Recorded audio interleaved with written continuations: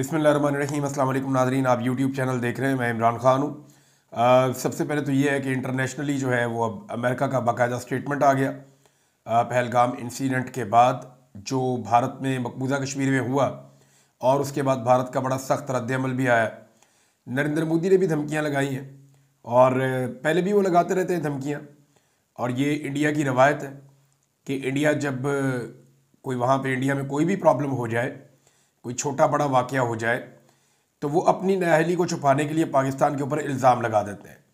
Normally Pakistan में भी बाज़ औक़ात ऐसे होता है, यानी हम भी हर इंसिडेंट के ऊपर पाकिस्तान का मीडिया, बहुत सारे ऐसे लोग हैं जो डायरेक्टली कह देते हैं जी इंडिया ने करवा दिया है, और बाद में कभी बताते हैं जी अफ़गानिस्तान ने करवा दिया। तो ये चलता है दोनों मुल्कों के बीच में, लेकिन इंडिया इसको बड़ी संजीदगी के साथ करता है, और इस मरतबा इंडिया ने जो इक़दामात उठाए हैं वो बड़े खौफनाक हैं। सबसे पहले जो अमेरिकन स्टेटमेंट है वो आया, और अमेरिका इंडिया के साथ खड़ा हो गया अपनी पूरी क़ुव्वत के साथ। ये जो कशीदगी पैदा हुई है इंडिया और पाकिस्तान के बीच में, इसमें जो अमेरिकी महकमा ख़ारजा की तर्जुमान है टैमी ब्रूस, उन्होंने प्रेस कॉन्फ्रेंस की है और प्रेस ब्रीफिंग में उन्होंने कहा कि हम इंडिया के साथ खड़े हैं। डोनाल्ड ट्रंप और अमेरिका इंडिया के साथ खड़ा है, उन्होंने ये कहा। और साथ में उन्होंने ये भी कहा कि इस हवाले से इक़दामात लिए जाएंगे और पहलगाम का जो वाक़या हुआ उसके ज़िम्मेदारों को अंजाम तक पहुंचाया जाएगा। ये जनाब अब अमेरिका है और अमेरिका की पॉलिसी है। पाकिस्तान के हक़ में कैसे आएगी? पाकिस्तान जो है वो अमेरिका में इतनी अच्छी लॉबिंग कर नहीं पाया। जो लॉबिंग करते थे लोग वो सारे के सारे इमरान खान की वजह से नाराज़ है, और जितनी महंगी लॉबिंग है उतना पैसा पाकिस्तान खर्च नहीं सकता। और वैसे भी लॉबिंग के लिए जितना पैसा खर्च होता है, अगर इंडिया और पाकिस्तान का मुकाबला होगा तो पाकिस्तान तो इंडिया के मुकाबले में 10% पैसा भी खर्च नहीं कर सकता। कमज़ोर और गरीब मुल्क है। हम कर्ज़ा लेकर देंगे, उनके पास अपने वसाइल बहुत ज़्यादा हैं। लिहाजा इंडिया जो है उसको अमेरिका की सपोर्ट मिलनी थी, और वो बड़ी तगड़ी सपोर्ट उन्हें मिली है। जो पाकिस्तान के पास मौका था कि वो अपने ओवरसीज़ पाकिस्तानियों के ज़रिए से अपने बयानिए को लेकर चलते, वो मौके से भी फ़ायदा नहीं उठाया। उल्टा जो विल्सन ने एक ट्वीट किया है। जो विल्सन आपको पता है ये वही शख्स है जो पाकिस्तान डेमोक्रेटिक एक्ट लेकर, पाकिस्तान डेमोक्रेसी एक्ट लेकर आया वहाँ पे अमेरिका में, और इसने कुछ वार्निंग दी थी पाकिस्तान के आर्मी चीफ को और पाकिस्तान की सरकार को इमरान खान साहब को रिहा करने के हवाले से। और उसके बाद इस शख्स ने जो है वो बिल मुतारफ़ करवा दिया अमेरिका में। अब कांग्रेस से अगर वो बिल पास हो जाता है तो ये पाकिस्तान के पहले आर्मी चीफ होंगे, जनरल आसिम मुनीर, जिनके ऊपर पाबंदियां लगेंगी। तो क्या ये हो सकता है? देखें, अभी तो 50-50 है ना। हो सकता है जो विल्सन का एक्ट पास हो जाए, हो सकता है कि जो विल्सन का एक्ट पास ना हो, दोनों इम्कानात हैं ना। लेकिन जो विल्सन ने अब क्या कहा, उन्होंने कहा जी कि the destabilization in Pakistan has led to a deadly terrorist attack in India, democracy must be restored in Pakistan for stability, pass the Pakistan democracy act. वो ये कहते हैं कि पाकिस्तान में जो अदम इस्तेहकाम है उसकी वजह से भारत में एक दहशतगर्द हमला हुआ है, और पाकिस्तान में जो है वो जमहूरियत वापस रिस्टोर होनी चाहिए, जमहूरियत वापस आनी चाहिए, ताकि पाकिस्तान में स्टेबिलिटी हो और ख़ित्ते में भी स्टेबिलिटी हो। और इसके लिए उन्होंने कहा जी पास द पाकिस्तान डेमोक्रेसी एक्ट। इसके लिए पाकिस्तान डेमोक्रेसी एक्ट जो है उसको पास करवाया जाए। तो ये है जी जो विल्सन का बिल और जो विल्सन की आज की ख्वाहिश। लेकिन इंटरलिंक कर दिया उन्होंने दो चीज़ों को। पाकिस्तान के अंदर अगर सिचुएशन स्टेबलाइज्ड नहीं है या इस्तेहकाम नहीं है, उसका असर इंडिया पे नहीं पड़ना चाहिए, पाकिस्तान के अंदर पड़ना चाहिए। देखिए, पाकिस्तान में जो अदम इस्तेहकाम है, सियासी अदम इस्तेहकाम, उसका खुमियाजा पाकिस्तान तो भुगत ही रहा है। दहशतगर्दी की सूरत में, मईशत की तबाही की सूरत में, जुल्म जबर और इंसानी हकूक़ की पामालियों की सूरत में, जाली मैंडेट की सूरत में, बेशुमार चीज़ें हैं जो पाकिस्तान में की जा रही है। अदलिया को काबू कर लिया गया, आइन का हुलिया बिगाड़ दिया गया। तो ये सारी चीज़ें पाकिस्तानी तो भुगत रहे हैं। लेकिन इंडिया के ज़ेरे कंट्रोल जो कश्मीर है या मकबूजा कश्मीर जो है, वहाँ पे एक इंसिडेंट हो और उसको इसके साथ जोड़ा जाए, ये मेरे ख्याल में थोड़ा ओवर हो गया। ये नहीं होना चाहिए था। लेकिन ये चीज़ें ये बता रही हैं कि अमेरिका भारत के साथ खड़ा है, वो पाकिस्तान के साथ नहीं खड़ा। हुकूमती अरकान जो है वो इमरान खान साहब से आज मुतालबा भी करते रहे। कुछ लोगों ने यह मुतालबा किया, जिनमें जनरल कयूम साहब हैं, नवाज शरीफ साहब के साथी हैं। उन्होंने कहा जी इमरान खान साहब से मुतालबा है कि वो भारत की मजम्मत करें और अपने लोगों से भी अपील करें कि फ़ौरन वो भी भारत की मजम्मत करें। भाई कोई इमरान खान को मिलेगा तो भारत की मजम्मत इमरान खान करेगा ना। आप तो इमरान खान की मुलाकात ही नहीं करवा रहे उनके घर वालों से, उनकी फैमिली से या उनके पार्टी लीडर से। इमरान खान साहब मिलेंगे, मिलके ही अहकाम देंगे ना कि भाई भारत की मजम्मत करनी है, खुल के बात करनी है इसके ऊपर, हमने क्या मौक़िफ़ लेना है। वो तो तब होगा जब इमरान खान साहब की मुलाकात होगी अपने लोगों से। अब इमरान खान को जेल में ख्वाब तो नहीं आना कि उन्होंने जेल से बैठ के ऐसी स्टेटमेंट देना है एक सिपाही को और वो सिपाही ने निकल जाना है जनाब स्टेटमेंट लेके कि मैं इसको अब जाके चलवाने लगा पूरे पाकिस्तान के मीडिया पे। How is it possible? जब इमरान खान वज़ीर आज़म था तो वो टका कर जवाब देता था। जब उसके बाद हुकूमत थी तो उसने ऐसा जवाब दिया कि आज भी पाकिस्तानी इमरान खान का जवाब बार बार लगा रहे हैं। इंडियन मीडिया और इंडियन सोशल मीडिया भी इमरान खान का जवाब लगा रहा है। वो ये कहते हैं कि ये आदमी था जिसने जवाब दिया था। ये अभी जो गोंगलू बैठे हुए हैं तो जवाब ही नहीं देते। ये तो जाली सीटों के ऊपर आकर बैठ गए ना फॉर्म 47 पे। इनका इक़्तिदार भी जाली है और ये जालसाजी करके आए हैं, लिहाजा इन्हें अभी तक यकीन ही नहीं है कि ये इक़्तिदार में है। इंडिया को ये क्या जवाब देंगे? ये आज तक पाकिस्तानी अवाम को जवाब नहीं दे सके और जुल्म और सितम का इन्होंने सिर्फ बाजार गर्म करवाया अपने सहूलतकारों के साथ मिलकर। तो इमरान खान साहब से मुतालबा करते हैं जनाब मजम्मत करें। भाई जाओ जाके इमरान खान से मुलाकात करो, मजम्मत कर देगा, उसको क्या प्रॉब्लम है? इमरान खान से मिलेंगे तो अपना बयान जारी करेंगे ना। उनके लोग जाते हैं, मिलते हैं, तभी तो उनके ट्विटर अकाउंट के ऊपर उनका स्टेटमेंट आता है। तो जब कोई जाएगा, मिलेगा, तभी स्टेटमेंट आएगा। ऐसे हवा में तो स्टेटमेंट आ नहीं सकता इमरान खान साहब का। अच्छा, इमरान खान साहब से ये मुतालबात कर रहे हैं ये, इसमें उमर अयूब साहब का एक स्टेटमेंट है, पहले मैं वो आपको पढ़ के सुनाता हूँ। वो तो बेचारे जज साहब को भी कह रहे थे कि जज साहब हमारे साथ ज़्यादती हो रही है। ये स्टेटमेंट है उमर अयूब साहब का। उमर अयूब साहब कहते हैं जी कि रुस्तम पर आकर इन्होंने कल जज साहब को कहा कि इस वक्त पाकिस्तान और भारत में इंडस वाटर की जंग हो रही है। मेरा लीडर जेल में बंद है, मैं अपोजिशन लीडर हूँ, मैंने अपने लीडर से हदायत लेनी है। हम अडियाला जाते हैं, वहाँ पर ASI हवलदार खड़ा होता है, वो कहता है जी कर्नल पीछे बैठा हुआ है, वो कह रहा है अंदर ना जाने दें। अब ये जस्टिस इनाम मनहास साहब को जो है वो ये बात बताई गई, तो उसका जो है वो अब रद्दमल क्या होगा। फ़िलहाल तो कोई इजाज़त नहीं मिली इमरान खान साहब से मुलाकात करने के लिए। इमरान खान साहब की बहनें हैं, वो भी जजेस को बहुत उन्होंने गैरत दिलाने की कोशिश की कि जनाब आपकी तौहीन हो रही है, थोड़ा सा एहसास कीजिए। अलीमा खान साहबा ने यहाँ तक कहा कि जस्टिस इनाम अमीन मिनहाज साहब से कि जज साहब ये आपके ऑर्डर की तौहीन है और जो आपके ऑर्डर की तौहीन कर रहे हैं आप इनके खिलाफ कार्रवाई करें, हम आपके साथ खड़े हैं। लेकिन जजों के ऑर्डर्स को सुनता ही कोई नहीं है। हत्ता कि अलीमा खान साहिबा ने यहाँ तक कहा कि जजेस के साथ अब मुझे हमदर्दी हो रही है कि इन बेचारों को तो हर हवलदार, हर पुलिस वाला जलीलो ख्वार कर देता है, इनके ऑर्डर्स को वो पैरों तले रोंद डालता है। ये अलीमा खान साहिबा कह रही। अच्छा जी, अब इमरान खान साहब से तो मुतालबा करते हैं मजम्मत करें, वो जेल के अंदर बंद है, लेकिन नवाज शरीफ तो जेल के अंदर बंद नहीं है ना। नवाज शरीफ तो खुली फ़ज़ाओं में सांस ले रहा है और नवाज शरीफ इस वक्त बरतानिया में मौजूद है और नवाज शरीफ अपने साथियों से मुलाकातें भी फरमा रहे हैं। नवाज शरीफ अपनी हुकूमत की तारीफ़ें भी कर रहे हैं। नवाज शरीफ ने अपने आसपास जो है वो तारीफ़ करने वाले अफराद भी इकट्ठे कर रखे हैं जो मियाँ साहब की खुशामद करते हैं, आहिस्ता आहिस्ता उनके कानों में सरगोशियाँ करते हैं कि मियाँ साहब कोई आपके मुकाबले का नहीं है, मियाँ साहब ताड़ी राती कोई नहीं जमया, मियाँ साहब तुसी इंज कर दोगे, तुसी उंज कर दोगे, और ताड़ी धी भी छा गई, ताड़ा भरा भी छा गया। तो इस तरह की बातें जो हैं वो लोग मियाँ साहब को खुशामद करते रहते हैं, उन्हें खुश करते रहते हैं। वैसे भी मियाँ साहब के डॉक्टर ने कहा कि मियाँ साहब को खुश रखना चाहिए। तो अब वो मियाँ साहब जो हैं, जब उनके सामने ये सवाल किया गया कि जनाब मोदी धमकियाँ लगा रहा है, भारत हमले की बातें कर रहा है, भारत ने पाकिस्तानी पानी बंद करने की बात कर दी है, सिंध ताश मुआहिदा जो है भारत ने तोड़ दिया, मियाँ साहब क्या इसके ऊपर आप कोई बात करेंगे? तो मियाँ साहब खामोश, सुम्मुम बुकमुन, यानी सुन रहे हैं, कैमरे में आवाज़ें आ रही हैं, आसपास के सारे बंदे सुन रहे हैं, मियाँ साहब चलते जा रहे हैं। मियाँ साहब से तवातर के साथ ये सवाल होता जा रहा है कि मियाँ साहब भारत धमकियाँ दे रहा है, मियाँ साहब भारत पानी रोक रहा है, मियाँ साहब भारत ने सिंध ताश मुआहिदा जो है वो ख़त्म कर दिया है, मियाँ साहब इस पर कोई आप मौक़िफ़ देंगे? मियाँ साहब आप कुछ कहना चाहेंगे?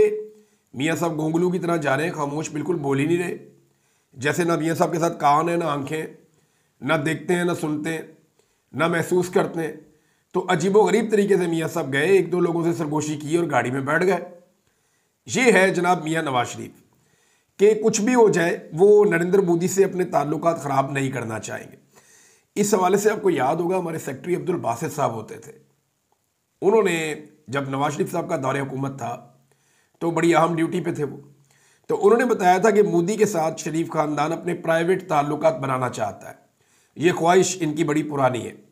सलमान शहबाज के बारे में उन्होंने कहा था कि हर महीने सलमान शहबाज मुझे फ़ोन करते थे और वीज़ों के लिए दरख्वास्त करते थे, मैं उन्हें कहता था तहरीरी तौर पे लिख कर दें, लेकिन सलमान शहबाज साहब ज़ुबानी वीज़े लगवाने के लिए बज़िद होते थे।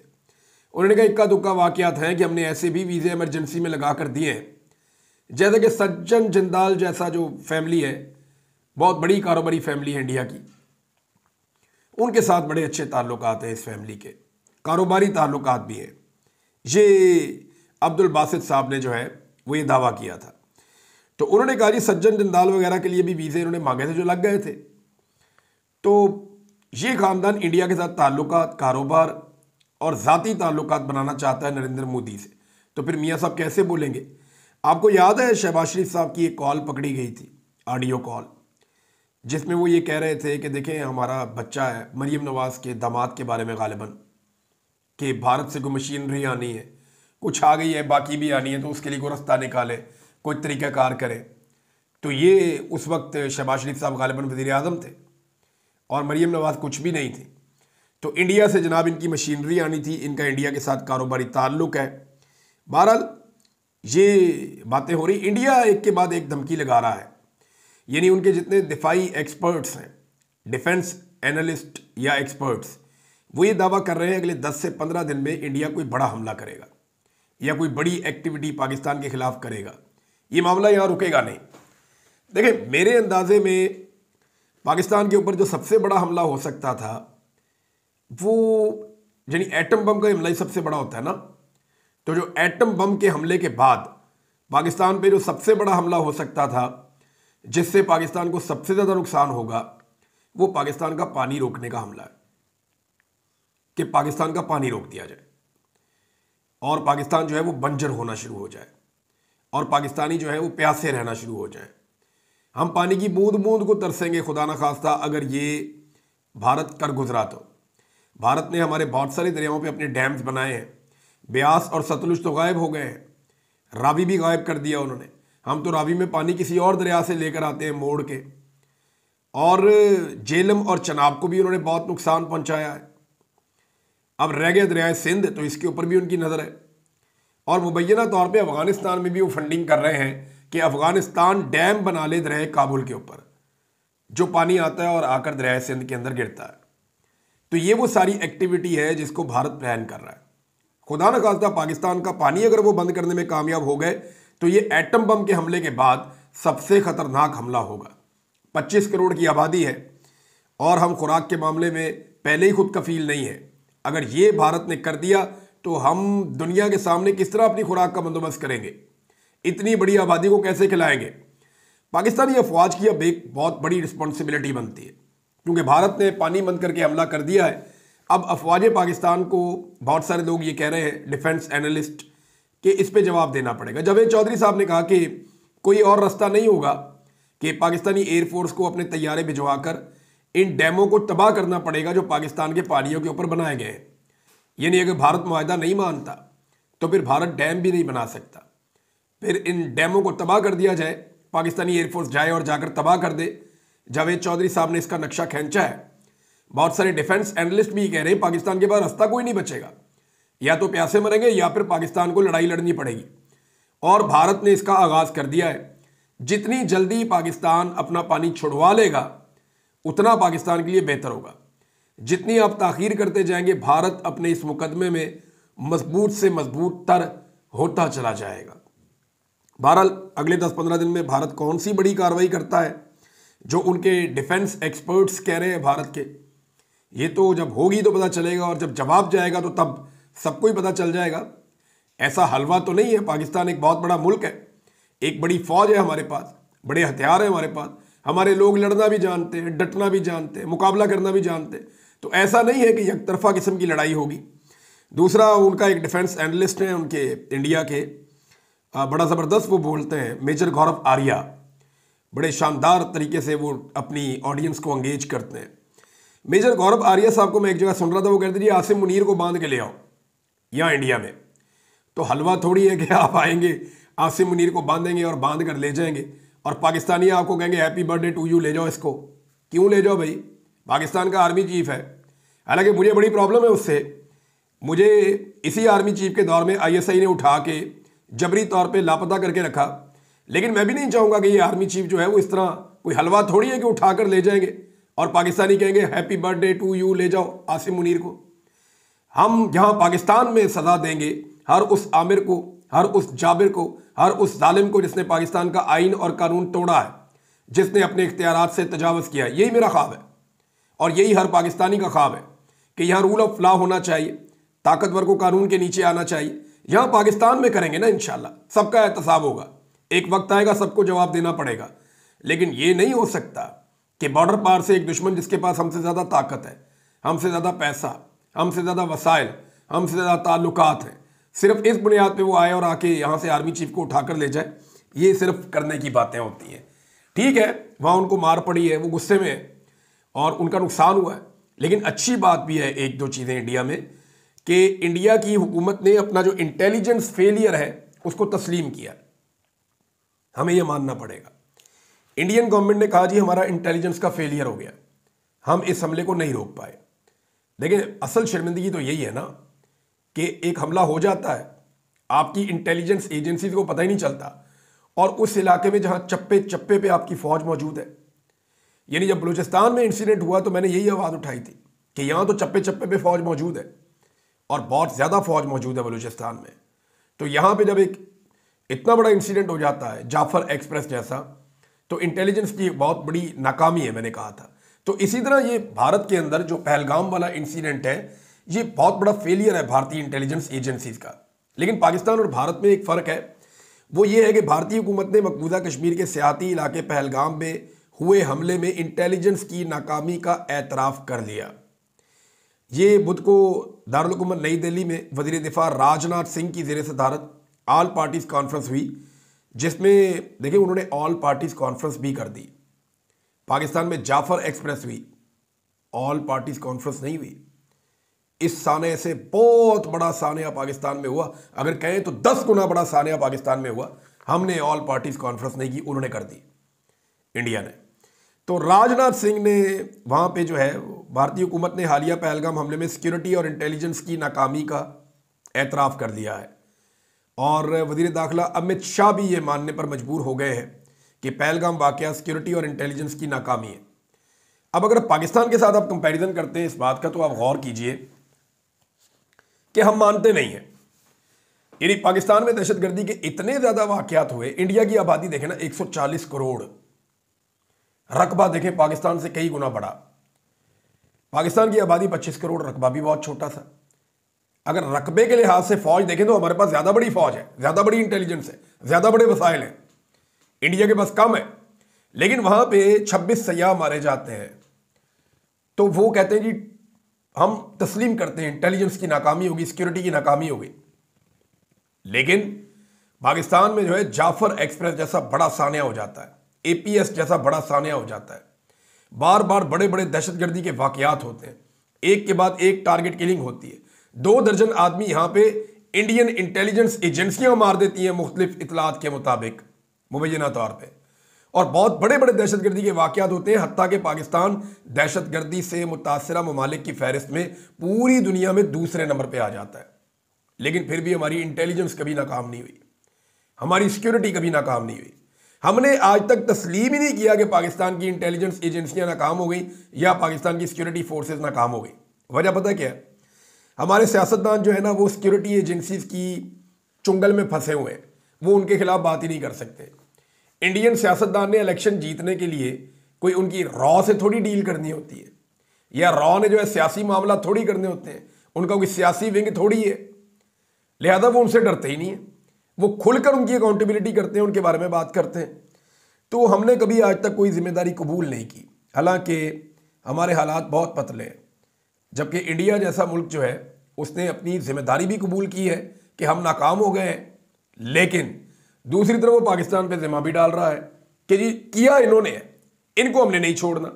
अब पाकिस्तान इसमें क्या कर सकता है? देखें, हम एक ही काम कर सकते हैं, इमरान खान को तुम दो और भाई इमरान खान को निकालें, उससे जाके बात करें।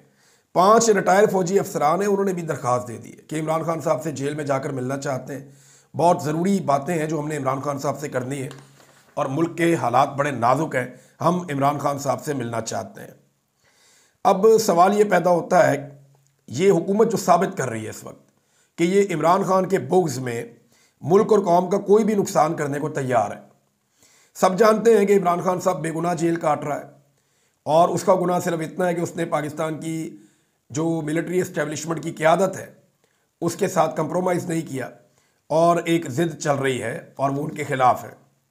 दूसरा ये भी सब जानते हैं कि इस वक्त अल्लाह ताला ने ये सलाहियत सिर्फ इस एक आदमी को दी है पाकिस्तान में कि वो इस बहरान से पाकिस्तान को संभाल सकता है, ये भी सब जानते हैं। लेकिन इसके बावजूद इमरान खान के बुग़्ज़ में ये बेड़ा गर्क करवा लेंगे हर चीज़ का, इस बुग़्ज़ से बाहर नहीं आएंगे, क्योंकि अगर वो बाहर आता है तो इनका सियासी सर्वाइवल निश्ता। अब तक के लिए इतनी, अपना ख्याल रखिएगा, अपने चैनल का भी। अल्लाह हाफ़िज़।